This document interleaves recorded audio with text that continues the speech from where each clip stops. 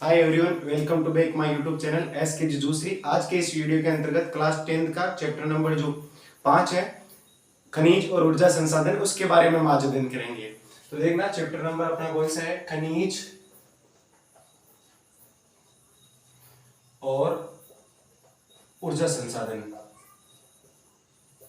ऊर्जा संसाधन, या आपको 12th क्लास के अंतर्गत दो चैप्टर है, अपने आप में दो चैप्टर है। खनिज संसाधन अलग है, ऊर्जा संसाधन अलग है। हम संसाधन की श्रृंखला को पढ़ रहे हैं। संसाधन मैंने आपको पहले भी कहा था, संसाधन किसे कहते हैं? जो मानव की आवश्यकता की पूर्ति करते हैं उसे संसाधन कहा जाता है। यहाँ खनिज और ऊर्जा संसाधन दोनों के बारे में अध्ययन करेंगे। देखो, इस चैप्टर में आपको पढ़ना क्या है? सबसे पहले इसके बारे में आपको जानकारी होनी चाहिए कि कौन कौन से टॉपिक पढ़ने हैं। तो आपको सबसे पहले नोट डाउन वही करने हैं कि सबसे पहले हमें यहाँ पर कौन कौन से टॉपिक पढ़ने हैं। तो सबसे पहले बात करते हैं यहाँ पर जो टॉपिक पढ़ना है। सबसे पहले एक नंबर पर याद रखना आपको, इसमें पढ़ना आपको खनिज किसे कहते हैं। पहला ध्यान रखना, पहला टॉपिक यही पढ़ना है कि खनिज किसे कहा जाता है। दूसरा ये पढ़ना है खनिजों का वर्गीकरण। खनिजों का वर्गीकरण। तीसरा टॉपिक पढ़ना है खनिजों की उपलब्धता। खनिजों की उपलब्धता, ये खनिज कहां मिलते हैं। चौथा टॉपिक आपको पढ़ना है खनिजों का संरक्षण।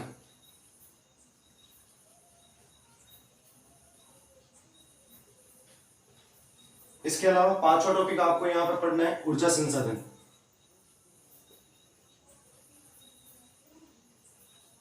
पांचवा टॉपिक कौन सा है? ऊर्जा संसाधन है। छठा टॉपिक है परंपरागत ऊर्जा संसाधन। परंपरागत ऊर्जा संसाधन, ध्यान रखना, ऊर्जा संसाधन। छठा टॉपिक है गैर परंपरागत ऊर्जा संसाधन। ऊर्जा संसाधन सातवां टॉपिक है। इसमें ध्यान रखना, वैसे 3, 6, 7, 8वां टॉपिक है ऊर्जा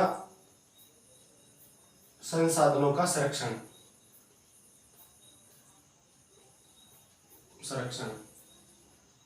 तो कुल मिलाकर इतना सा आपको इस चैप्टर के अंतर्गत पढ़ना है। देखो, ब्लूप्रिंट आया नहीं है तो उसके हिसाब से हम नहीं कह सकते कितने नंबर का क्वेश्चन आता है। वैसे आप समझ सकते हो यहाँ पर आपके काम कितने चैप्टर है, 7 चैप्टर है। तो 7 चैप्टर में प्रत्येक चैप्टर में 2 या 3 अंक का मुख्य आता है। तो आपके 5 नंबर का एक मैप आता है। तो 5 नंबर के मैप में तो 5 क्वेश्चन, तो 5 तो वही बन जाएंगे एक एक करके। वो एक तो इसी टॉपिक खनिज और ऊर्जा संसाधन से आता है। इसके अलावा अगला जो है मैन्युफैक्चरिंग वाला, विनिर्माण का, उसमें से आता है, ध्यान रखना। तो ये टॉपिक है। सबसे पहले मैं बात करता हूँ, एक बार ऐसे स्पीड में बता देता हूँ किस प्रकार से आपको पढ़ना है। सबसे पहले पढ़ना आपको खनिज किसे कहते हैं। देखो, खनिज किसे कहते हैं? पृथ्वी के भूगर्भ से खोदकर निकाले गए वे सभी पदार्थ जिनमें भौतिक और रासायनिक गुणधर्म पाए जाते हैं, उन्हें क्या कहा जाता है? खनिज कहा जाता है। जो मानव की आवश्यकता की पूर्ति करते हैं, तो फिर उनको क्या कहने लग जाएंगे? खनिज संसाधन कहने लग जाएंगे हम। फिर इसमें आएगा खनिजों का वर्गीकरण। देखो, खनिजों का वर्गीकरण हम पढ़ेंगे तो खनिजों के वर्गीकरण में मैं आपको बताऊंगा कि खनिजों को अनेक विविध प्रकार से बांटा जा सकता है। तो यहाँ खनिजों का वर्गीकरण पढ़ेंगे कि खनिज 3 प्रकार के होते हैं: धात्विक खनिज, अधात्विक खनिज, और इसके अलावा ये कौन सा होता है? ईंधन खनिज होते हैं, जिनको जीवाश्म खनिज भी कहा जाता है। फिर मैं धात्विक खनिज में कहूंगा कि धात्विक खनिज को 3 भागों में डिवाइड किया है according to NCERT class 10th के अकॉर्डिंग। तो उसमें 3 कौन कौन से होंगे? लोह हो गया, धात्विक में एलोह। धात्विक जिसमें धातु का अंश पाया जाता है, फिर एलोह और लोह खनिज। लोह खनिज जिसमें लोहांश की मात्रा पाई जाती है, उनके बारे में अध्ययन करेंगे। एलोह खनिज जिसमें लोहांश की मात्रा नहीं पाई जाती है, और बहुमूल्य खनिज के बारे में पढ़ेंगे। उसके बाद में हम बात करेंगे जीवाश्म खनिज या ईंधन खनिज के बारे में बातचीत करेंगे, उनके बारे में बातचीत करेंगे, ध्यान रखना। तो ये पढ़ने के बाद में हम पढ़ेंगे खनिजों की उपलब्धता। खनिजों की उपलब्धता का मतलब है कि खनिज किन किन क्षेत्रों में, किन में, जैसे खनिज चट्टानों में पाए जाते हैं। औषधि चट्टान में कौन से पाए जाते हैं, कायांतरित में कौन से पाए जाते हैं, आग्नेय चट्टान में कौन से पाए जाते हैं, समुद्रों में कौन से खनिज पाए जाते हैं, उन सारों की हम देखेंगे कहाँ कहाँ पर खनिज पाए जाते हैं। इसके बाद में आएगा ऊर्जा संसाधन। ऊर्जा संसाधन यानी शक्ति के संसाधन, हम जीवाश्म संसाधन, उनके बारे में बातचीत करेंगे, किसे कहा जाता है। फिर ऊर्जा संसाधन के 2 प्रकार पढ़ेंगे, परंपरागत ऊर्जा संसाधन और गैर परंपरागत ऊर्जा संसाधन। इसके अलावा मैंने आपको खनिजों का संरक्षण नहीं बताया। खनिजों का संरक्षण यानी खनिजों का अत्यधिक उपयोग, दोहन हो रहा है तो इनका संरक्षण करके इनको किस प्रकार से बचाया जा सकता है उसके बारे में अध्ययन करेंगे। फिर ऊर्जा संसाधन की बात करेंगे। फिर परंपरागत ऊर्जा संसाधन की बात करेंगे, जो लंबे समय से पहले से ही उपयोग में लिए जा रहे हैं ऐसे संसाधन, जिसको हम जीवाश्म खनिज भी आ सकते हैं, यहाँ पर जीवाश्म संसाधन आ सकते हैं, जैसे जीवाश्म ईंधन, जैसे कार्बनिक खनिज, जैसे कोयला हो गया, पेट्रोल, प्राकृतिक गैस। इसमें गैर परंपरागत, जिनको अभी अभी उपयोग करना प्रारंभ किया है, जो कभी समाप्त नहीं होते हैं, जो प्रदूषण नहीं फैलाते, उनकी बात करेंगे। फिर ऊर्जा संसाधनों का संरक्षण या उनको बचाया कैसे जा सकता है और बचाना क्यों आवश्यक है।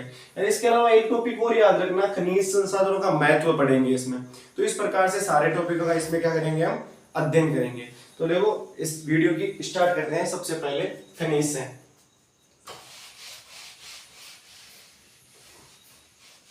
सबसे पहले हम बात करते हैं खनिज की। देखो खनिज किसे कहते हैं, एक तो परिभाषा बहुत पॉपुलर है वो बताएंगे, एक क्लास 10th के अनुसार परिभाषा है भूवैज्ञानिकों के अनुसार, उसके बारे में बातचीत करेंगे। तो सबसे पहले लिखो खनिज के बारे में, भूवैज्ञानिकों के अनुसार, वैज्ञानिकों के अनुसार।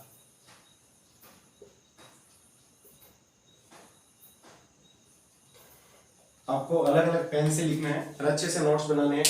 देखो भूवैज्ञानिकों के अनुसार बात करें, खनिज एक प्राकृतिक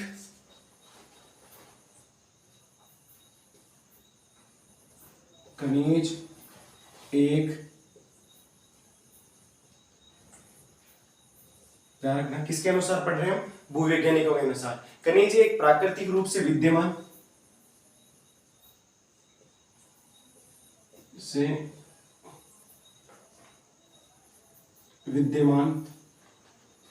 ध्यान रखना, प्राकृतिक रूप से विद्यमान समरूप तत्व है,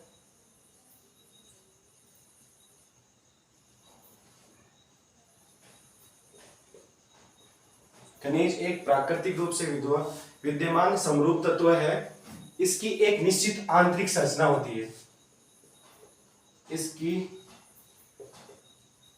एक निश्चित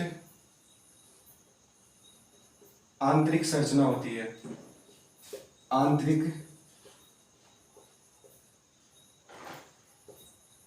संरचना होती है। क्या याद रखना है कि भूवैज्ञानिकों के अनुसार याद रखना है कि खनिज एक प्राकृतिक रूप से विद्यमान समरूप तत्व है और एक इसकी निश्चित आंतरिक क्या होती है, संरचना होती है, वही खनिज कहलाता है। अब देखो खनिज की परिभाषा, खनिज संसाधन की परिभाषा याद रखना, बहुत ही महत्वपूर्ण परिभाषा है, ये याद रखो भी बहुत अच्छी बात है।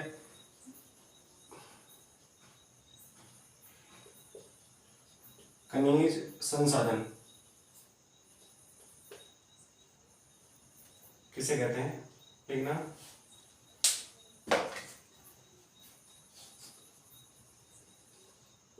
पृथ्वी के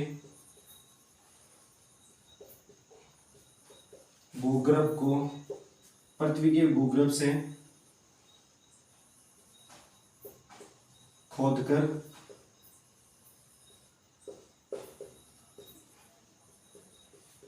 निकाले गए वे सभी, पृथ्वी के भूगर्भ से खोदकर निकाले गए वे सभी पदार्थ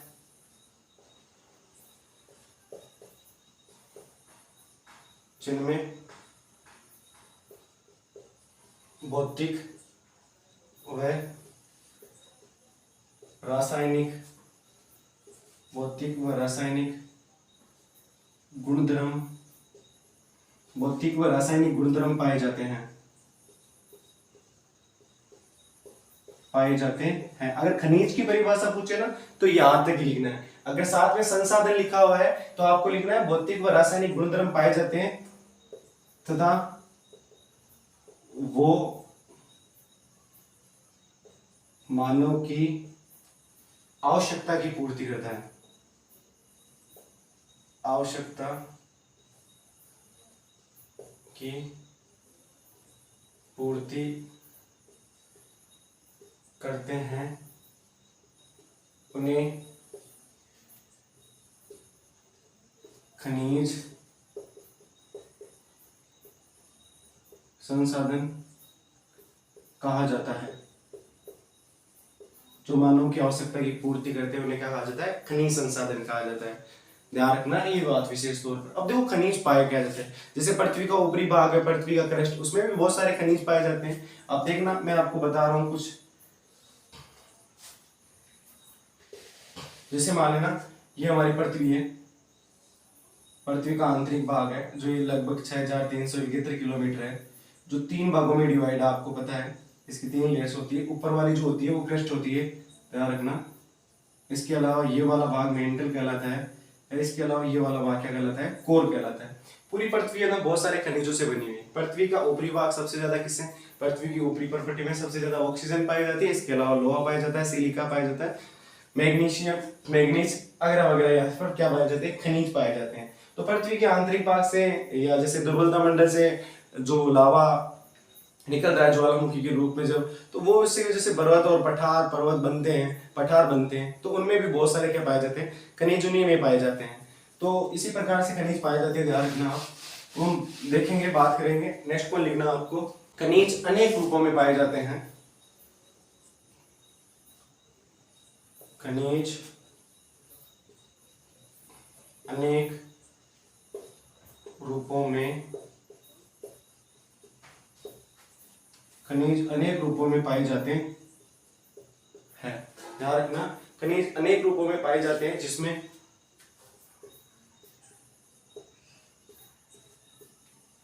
कठोर हीरा, यानी कठोर सब, यानी सबसे कठोरतम क्या होता है? हीरा है। हीरा भी क्या है? वह कठोर हीरा है, वह नरम चूना पत्थर, चूना पत्थर की जिसे हम कहते हैं लाइमस्टोन, उसकी बात करें, चूना पत्थर। खनिज अनेक रूपों में पाए जाते हैं, जिनमें कठोर हीरा से लेकर नरम चूना पत्थर तक, चूना पत्थर तक होते हैं। ये ध्यान रखना आपको। अब देखो वर्तमान में लगभग 2000 से भी अधिक खनिज की पहचान की चुकी है, तो ये भी याद रखना। वर्तमान में लगभग 2000 से अधिक खनिजों की पहचान की जा चुकी है,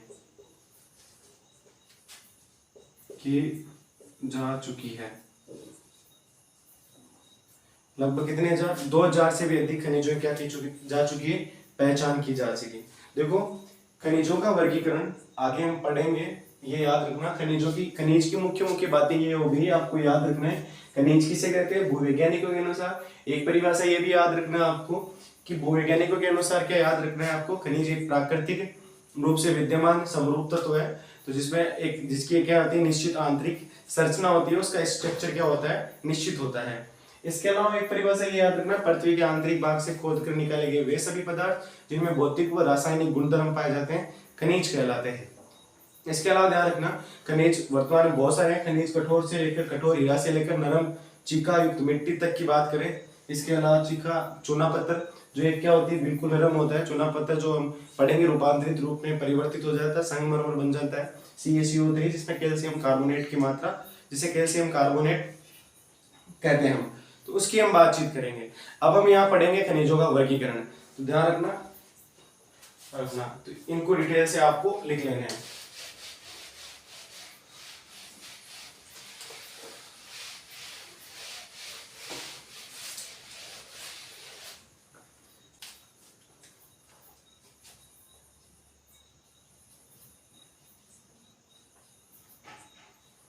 खनिजों का वर्गीकरण। देखो अब देखो बात करते हैं खनिजों के वर्गीकरण। खनिजों का वर्गीकरण उनके अनेक रंग के आधार पर, उनकी कठोरता के आधार पर, चमक के आधार पर, उसकी डेंसिटी घनत्व के आधार पर, विभिन्न क्रिस्टल के आधार पर किया जा सकता है। ध्यान रखना, तो ये लाइन आपको पहले लिखना है कि खनिजों का वर्गीकरण, इनका वर्गीकरण, ध्यान रखना। रंग, कठोरता, चमक, याद रखना, रंग, कठोरता, चमक, घनत्व,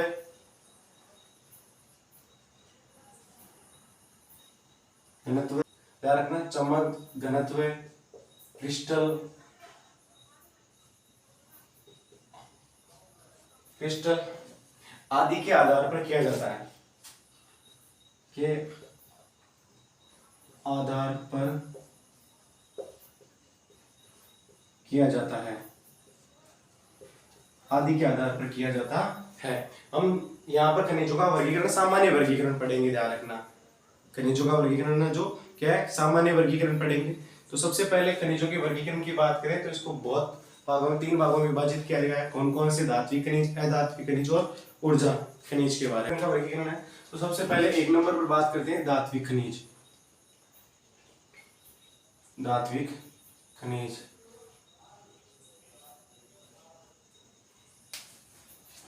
जो धात्विक खनिज किसे कहते हैं? वे खनिज या वे पदार्थ जिनमें धातु का अंश पाया जाता है, जिनमें धातु का अंश पाया जाता है। धात्विक खनिज क्या है? वे पदार्थ या वे खनिज जिनमें किसका अंश पाया जाता है? वे खनिज जिनमें धातु का अंश पाया जाता है, उन्हें धात्विक खनिज कहा जाता है। उन्हें धात्विक खनिज कहा जाता है। वे खनिज जिनमें धातु का अंश पाया जाता है उन्हें धात्विक खनिज कहते हैं। ये 3 प्रकार के होते हैं। ये 3 प्रकार के होते हैं। तो 3 कौन कौन से होते हैं इसके प्रकार, हम बात करते हैं। यहीं पर एक स्ट्रक्चर बना लेना आपको 3 प्रकार के। सबसे पहले हम बात करेंगे, ध्यान रखना,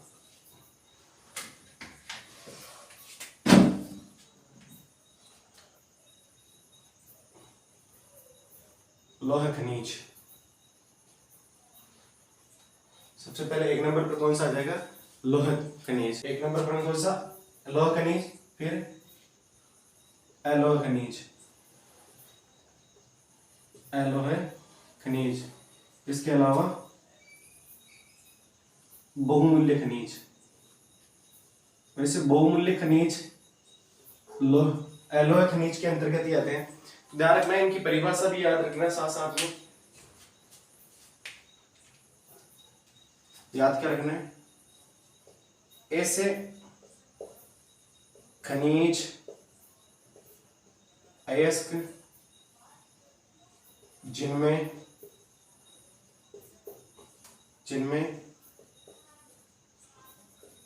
लोहांश की मात्रा पाई जाती है। ऐसे खनिज अयस्क जिनमें लोहांश की मात्रा पाई जाती है क्या कहलाते हैं? लौह खनिज कहलाते हैं। लौह खनिज कहलाते हैं। ये ध्यान रखना, ये ध्यान रखना, इनमें से इनकी परिभाषा याद रखना। ऐसे खनिज अयस्क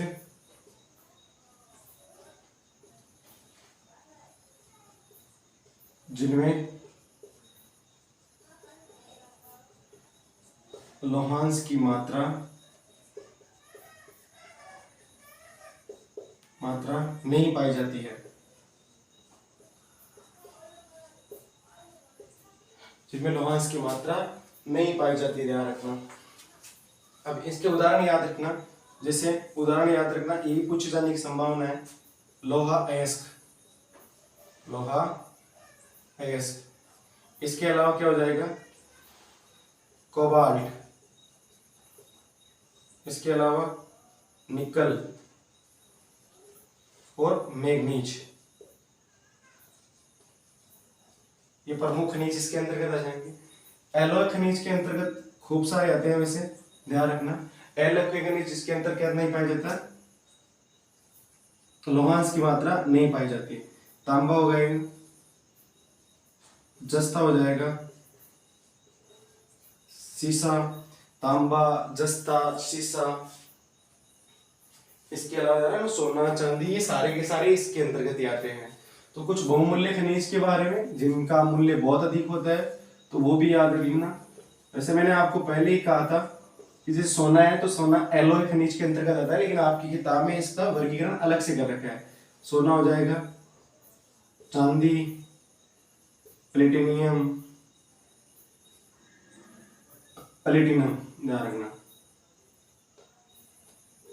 प्लेटिनम, ये प्रमुख का ध्यान रखना।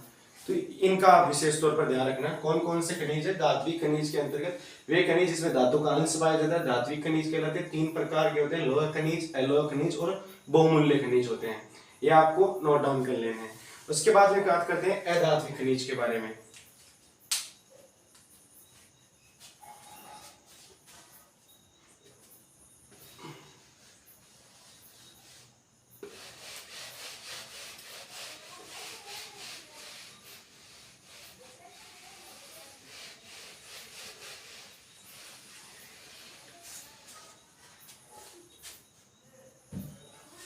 कौन से? अधात्विक खनिज।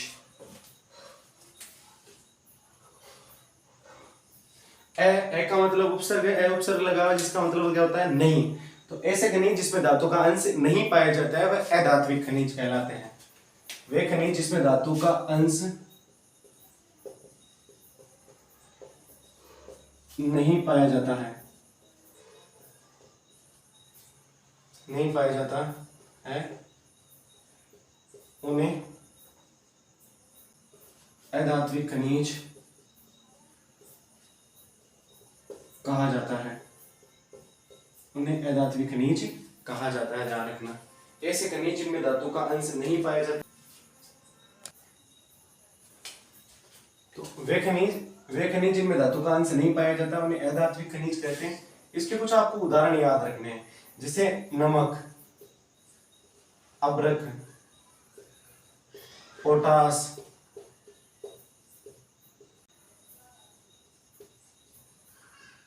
ये प्रमुख किसके? अधात्विक खनिज के उदाहरण है। आपको याद रखने हैं, नमक, पोटास, चूना पत्थर, बलुआ पत्थर। इसके अलावा संगमरमर, ये भी याद रख लेना।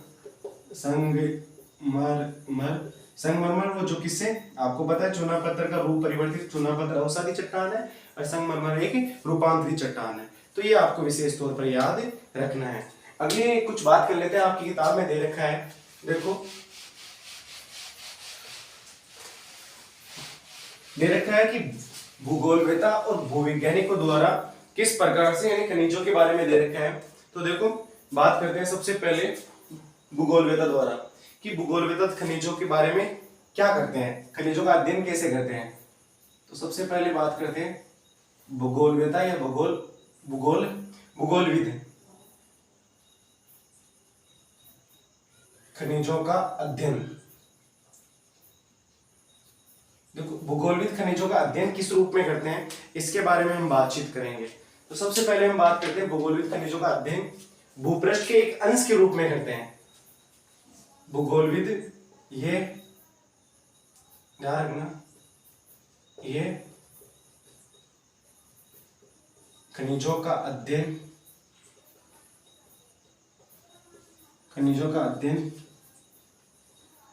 भूपृष्ठ, याद रखना किसकी बात कर रहा हूं मैं, सबसे पहले भूगोलविद के बारे में या भूगोलवेत्ता क्या करते हैं, खनिजों का अध्ययन भूपृष्ठ के एक अंश के रूप में करते हैं। किसके रूप में करते हैं? एक अंश के रूप में, जिसमें यह देखा जाता है कि इनका वितरण कैसा है, खनिजों का आर्थिक महत्व है किस प्रकार से। भूपृष्ठ के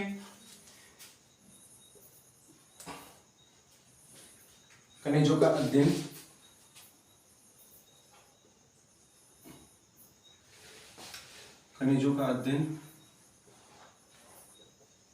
भूपृष्ठ के एक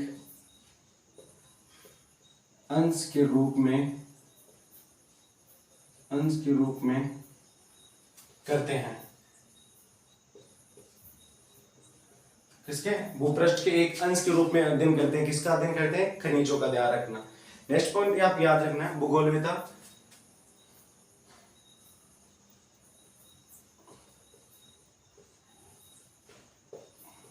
कौन किसकी बात करें, भूगोलविद या भूगोलविद होते हैं ना, वो खनिजों का अध्ययन या खनिज संसाधनों के अध्ययन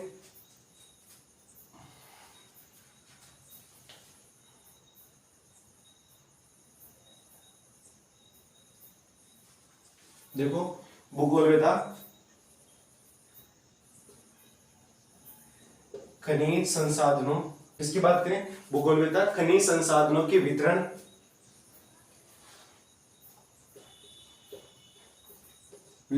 व वितरण का मतलब पृथ्वी के भूपृष्ठ पर खनिज कहां कहां फैले हुए हैं उसकी बात करते हैं, ध्यान रखना। किसकी बात करें, भूगोलविदा खनिज संसाधनों के वितरण और खनिजों से संबंधित आर्थिक क्रियाओं में ज्यादा रुचि रखते हैं। खनिजों से संबंधित आर्थिक, ध्यान रखना, संबंधित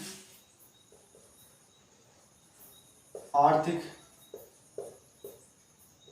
क्रियाओं में अधिक रुचि रखते हैं। देखो इसका मतलब क्या होता है, मैं बता रहा हूं। जैसे मान लेना ये अपना प्यारा सा क्या है, राजस्थान है। अब भूगोलविदा क्या करेंगे, इस राजस्थान में खनिज कहां कहां है। जैसे मान लेना जयपुर है, जयपुर में लोहा पाया जाता है, जावर की खान में चांदी पाया जाता है। तो ये हो गया, क्या हो गया, वितरण हो गया। और पश्चिमी राजस्थान में नमक की मात्रा सर्वाधिक पाई जाती है। इसके अलावा आपको पता है अरावली में बहुत सारे खनिज पाए जाते हैं। फिर इनका आर्थिक क्रियाओं में अधिक रुचि है, यानी इनका किस प्रकार से, यानी आर्थिक उनको कितने खनिज, कितने प्रकार के खनिज पाए जाते हैं, उनसे हमें कितना लाभ हो सकता है, उनके बारे में अध्ययन कौन करते हैं, भूगोलविद। बात करें हम भूवैज्ञानिक क्या करते हैं। देखो भूवैज्ञानिक का कुछ अलग है। भूवैज्ञानिक खनिजों के अध्ययन के बारे में क्या सोचते हैं, तो भूवैज्ञानिक उनके भौतिक और रासायनिक गुणधर्म के बारे में बातचीत, यानी ये याद रखना, भूवैज्ञानिक ये खनिजों के निर्माण प्रक्रिया में उनकी आयु और खनिजों के भौतिक और रासायनिक संगठन से संबंधित क्रियाओं के बारे में रुचि रखते हैं। ध्यान रखना, ये खनिजों के निर्माण, ध्यान रखना, ये खनिजों के निर्माण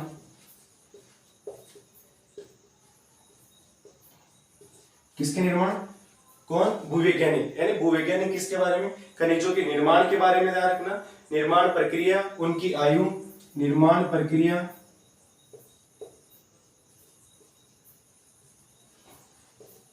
उनकी आयु, किनकी आयु, खनिज, यानी कितने वर्ष पहले बने, किसकी वजह से बने। ध्यान रखना, उनकी आयु व खनिजों के भौतिक व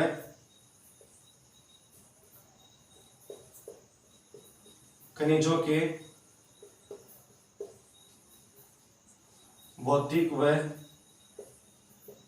रासायनिक, कौन कौन संगठन के बारे में, भौतिक व रासायनिक संगठन के बारे में। ध्यान रखना, भौतिक व रासायनिक संगठन से संबंधित, कौन कौन से भौतिक व रासायनिक संगठन से संबंधित विषयों के बारे में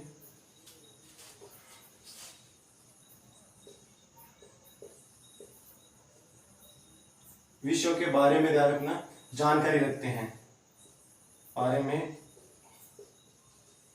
जानकारी रखते हैं।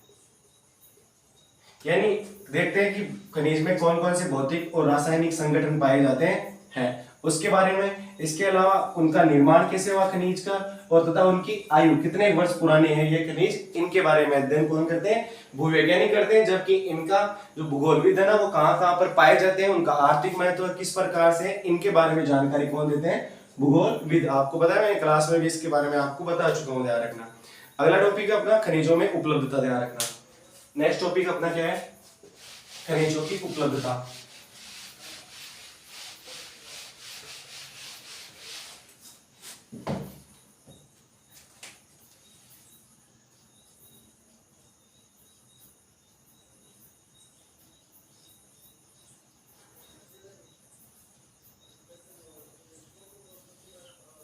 अब खनिजों की उपलब्धता में हम ये पढ़ेंगे खनिज कहां कहां पाए जाते हैं।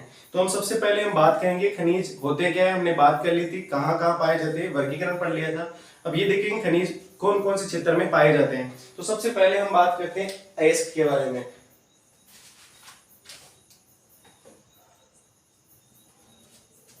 सबसे पहले हम बात करते हैं अयस्क।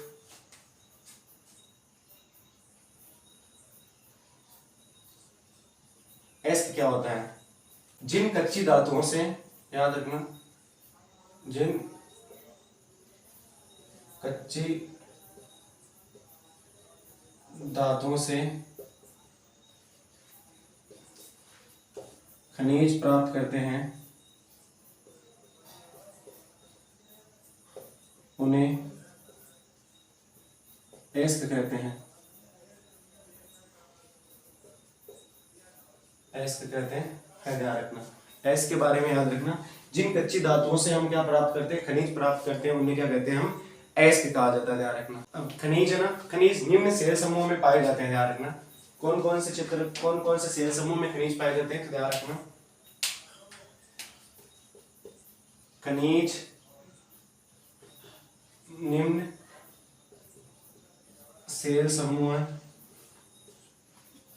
में पाए जाते हैं। देखो इससे बताने से पहले मैं आपको कुछ बातें बताता हूँ। सेल किसे कहते हैं, सबसे पहले बात करते हैं सेल की, उसके बाद ही हम पढ़ेंगे सेल जिनको रॉक्स या हम क्या कह सकते हैं, चट्टान कहते हैं। क्या कहते हैं? चट्टान। तीन प्रकार की रॉक्स होती है, इग्निस रॉक्स होती है, मेटामॉर्फिक होती है और सेडिमेंट्री रॉक्स होती है। यानी आग्नेय चट्टानी, अवसादी चट्टानी होती है और कायांतरित चट्टानी होती है। चट्टानी कितने प्रकार की हो? तीन होती है। एक तो आग्नेय होती है, एक अवसादी शेल होती है, एक रूपांतरित होती है। रूपांतरित या कायांतरित। तो चट्टान कितने प्रकार की होती है? तीन प्रकार की होती है। कौन कौन सी? आग्नेय, अवसादी और कायांतरित चट्टान। होती कैसे है देखो मैं बता देता हूं। ये अपनी है पृथ्वी, ये पृथ्वी का है आंतरिक भाग, ठीक है। ये जीरो है, जीरो से लेकर 6371 किलोमीटर तक क्या है, पृथ्वी का आंतरिक भाग है। ऊपर वाला भाग जिसको जीरो से लेकर 200 किलोमीटर का है, जिसमें ऊपरी परपटी, भूपर्पटी और मेंटल का ऊपरी भाग आता है, जिसको हम स्थलमंडल कहते हैं। स्थलमंडल के नीचे 200 से लेकर 400 किलोमीटर के बीच में हम कह सकते हैं यहाँ पर एक मंडल पाया जाता है, जिसका नाम है दुर्बलता मंडल। क्या नाम है यहाँ पर? दुर्बलता मंडल। इसमें क्या पाया जाता है? मैग्मा, तरल तत्व मैग्मा पाया जाता है। ध्यान रखना। तो ये मैग्मा क्या होता है? ज्वालामुखी क्रिया की वजह से ये मैग्मा बाहर निकलता है लावा के रूप में। ये दो प्रकार से निकलता है। कितने प्रकार से निकलता है? दो प्रकार से। एक तो दरारी रूप से निकलता है, एक इनका उद्गार होता है केंद्रीय उद्गार। कैसा होता है? एक तो दरारी रूप से, एक केंद्रीय उद्गार के रूप में। दरारी उद्गार और केंद्रीय उद्गार, इसके निकलने की दो क्रिया है। केंद्रीय उद्गार से पर्वत का निर्माण होता है, दरारी उद्गार से किसका निर्माण होता है? पठार। किसका निर्माण? पठार। और जाकर ये ऊपरी भाग में जब जम जाता है ना, जब इस शेप में जमता है, जिसे हम क्या कहते हैं? पर्वत कहते हैं। जब इस शेप में जम जाता है यानी ये, तो इसे हम पठार कहते हैं। क्या कहते हैं? पठार। इन्हीं में क्या पाए जाते हैं? ध्यान रखना, खनिज पाए जाते हैं। अब बात को यहाँ समझने की कोशिश करना। मैंने बात की किसकी? पठार। पठार में आप छोटा नागपुर के पठार में देखना, भारत के सबसे ज्यादा खनिज पाए जाते हैं वहां पर। तो इन पठारों और पर्वतीय क्षेत्रों में क्या पाए जाते हैं? खनिज। तो हम कह सकते हैं किसमें? आग्नेय सेल, यानी इन सेल समूह में क्या होता है? क्या पाए जाते हैं? ध्यान रखना, खनिज पाए जाते हैं। अब देखो, अगर ये मैग्मा अगर आंतरिक भाग में जम गया पृथ्वी के, तो इसे हम ग्रेनाइट कहते हैं। क्या कहते हैं? ग्रेनाइट। और बाहरी क्षेत्र में जम जाता है तो उसे हम क्या कहते हैं? बेसाल्ट कहते हैं। लेकिन याद रखना, सिलिका की मात्रा के आधार पर अगर अम्लीय और क्षारीय है तो उसके अकॉर्डिंग अलग हो जाता है, जो आपके 10th में लेवल के किसी लेवल में काम में नहीं आएगा। ये ग्रेजुएशन लेवल पे काम में आता है। ध्यान रखना कि अम्लीय के आधार पर और सिलिका के आधार पर आंतरिक भाग में कौन सी चट्टान है और बाहरी भाग में कौन सी चट्टान है, तो उनकी बातें हम यहाँ नहीं करेंगे। तो इन्हीं चट्टानों में क्या पाए जाते हैं? बहुत सारे खनिज पाए जाते हैं। तो ध्यान रखना, सबसे अधिक खनिज, धात्विक खनिज किसमें पाए जाते हैं? आग्नेय चट्टान में पाए जाते हैं। हम बात करें यहाँ पर एक चट्टान है जिसका नाम क्या है? अवसादी चट्टान। याद रखना, अवसादी चट्टान में ज्यादातर कौन से खनिज पाए जाते हैं? कार्बनिक खनिज पाए जाते हैं, या हम इनको क्या कह सकते हैं? जीवाश्म खनिज कहते हैं। कौन से खनिज? कार्बनिक खनिज। तीनों अवस्था में पाए जाते हैं, जीवाश्म खनिज कहते हैं। कैसे बनते हैं? लाखों करोड़ों वर्ष पहले पृथ्वी के हम कह सकते हैं ऊपरी भाग में जो भी है वो नीचे दब जाने की वजह से, ताप और दाब की वजह से इन खनिजों का निर्माण होते हैं। इनमें कौन कौन होते हैं? ध्यान रखना, इसके अंतर्गत कोयला होता है, इसके अंतर्गत कोयला, इसके अलावा पेट्रोलियम पदार्थ, और क्या पाए जाते हैं, पेट्रोलियम पदार्थ हो गया, और प्राकृतिक क्या पाई जाती है, गैस पाई जाती है। कौन सी चट्टानों में, अवसादी चट्टानों में। आग्नेय और अवसादी चट्टानों का रूप परिवर्तित होकर कौन सी चट्टान होता है, कायांतरित। जैसे इसमें कौन से खनिज बन सकते हैं, जैसे मैंने नाम लिया क्या, चूना पत्थर। अब चूना पत्थर अपना रूप परिवर्तित करके कौन सा खनिज बन जाएगा, संगमरमर बन जाएगा। कौन सा बन जाएगा, संगमरमर। तो इस प्रकार से इन खनिजों के बारे में, इन सेल समूह में क्या पाए जाते हैं, खनिज पाए जाते हैं, जिनका हम यहाँ पर क्या करेंगे, अध्ययन करेंगे। सबसे पहले हम बात करेंगे आग्नेय व कायांतरित चट्टानों के बारे में पढ़ेंगे कि उनमें कौन कौन से खनिज पाए जाते हैं, उनकी दरारों में, उनके रंध्रों में, उनकी जोड़ में कौन कौन से खनिज पाए जाते हैं, उनकी हम यहाँ पर क्या करेंगे, थोड़ी सी चर्चा करेंगे। देखो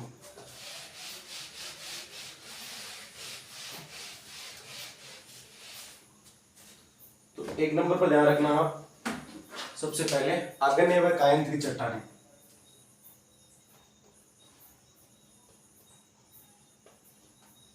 आग्नेय व कायांतरित शिलाएं या चट्टानें।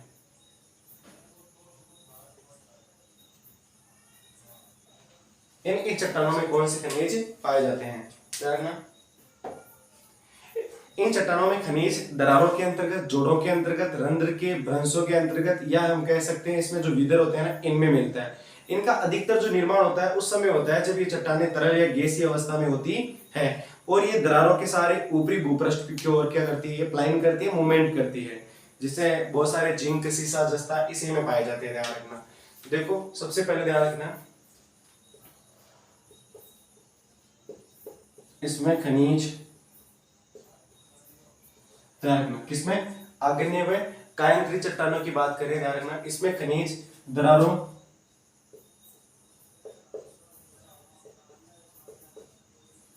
जोड़ों या संधियों,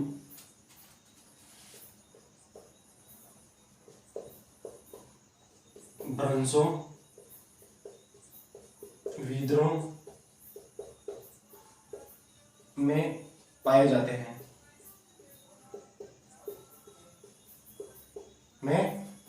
ये आपको है ना बातें याद रखनी है, कुल मिला के ध्यान रखना। में पाए जाते हैं या मिलते हैं, इसके अंदर का ध्यान रखना। इनका निर्माण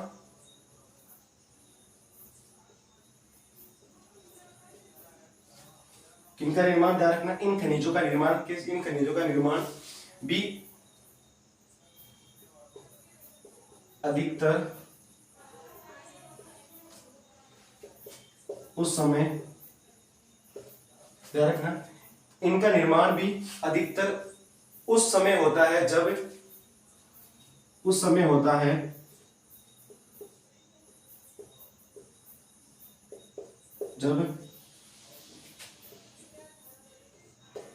तरल या गैसीय अवस्था में दरारों के सहारे भूपृष्ठ पर, किनके सहारे, दरारों के सहारे भूपृष्ठ पर या भूपृष्ठ की ओर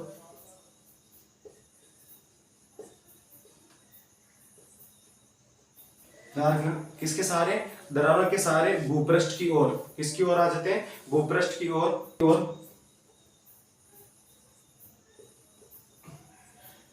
धकेल दिए जाते हैं, भूपृष्ठ की ओर धकेल दिए जाते हैं।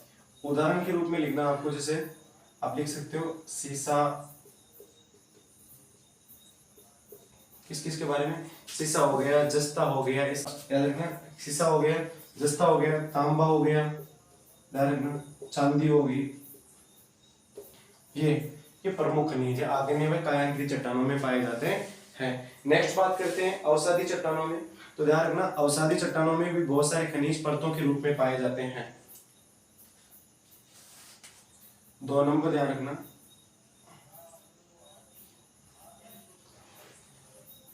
अवसादी चट्टानों में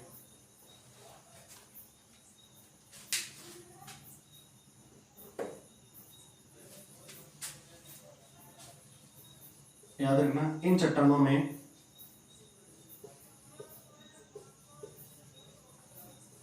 बहुत से खनिज संस्तर या परतों के रूप में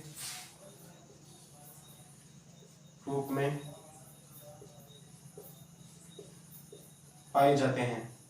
किसके रूप में? संस्तर या परतों के रूप में पाए जाते हैं। इनका निर्माण ध्यान रखना, इनका निर्माण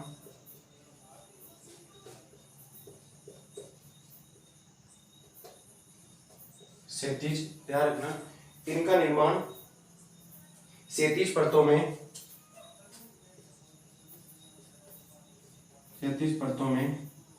निक्षेपण, ध्यान रखना इनका निर्माण क्षैतिज परतों में निक्षेपण, संचलन व जमाव के परिणाम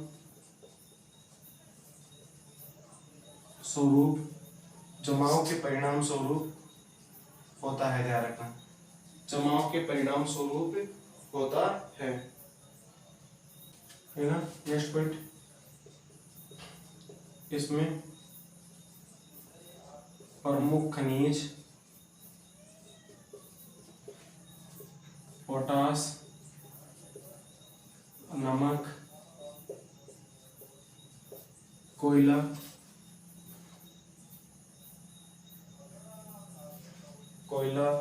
पोटास, नमक, कोयला, जिप्सम आदि। याद रखना पोटास, नमक, जिप्सम, इसके अलावा सोडियम भी याद रख लेना। यहाँ पर सोडियम ये द्वितीय श्रेणी की क्या है, इसमें खनिज पाए जाते हैं। प्रथम श्रेणी के खनिज के अंतर्गत कोयला, यानी मैंने आपको बताया था कोयला, इसके अलावा कुछ लोहे अयस्क भी पाए जाते हैं। इसके अलावा पेट्रोल और प्राकृतिक गैस इसके अंतर्गत पाए जाते हैं। वीडियो लंबा हो गया, इसके बारे में अगला नेक्स्ट 2 या 3 दिन के अंदर मैं अपलोड कर दूंगा। तो आज के लिए इतना ही। जय हिंद।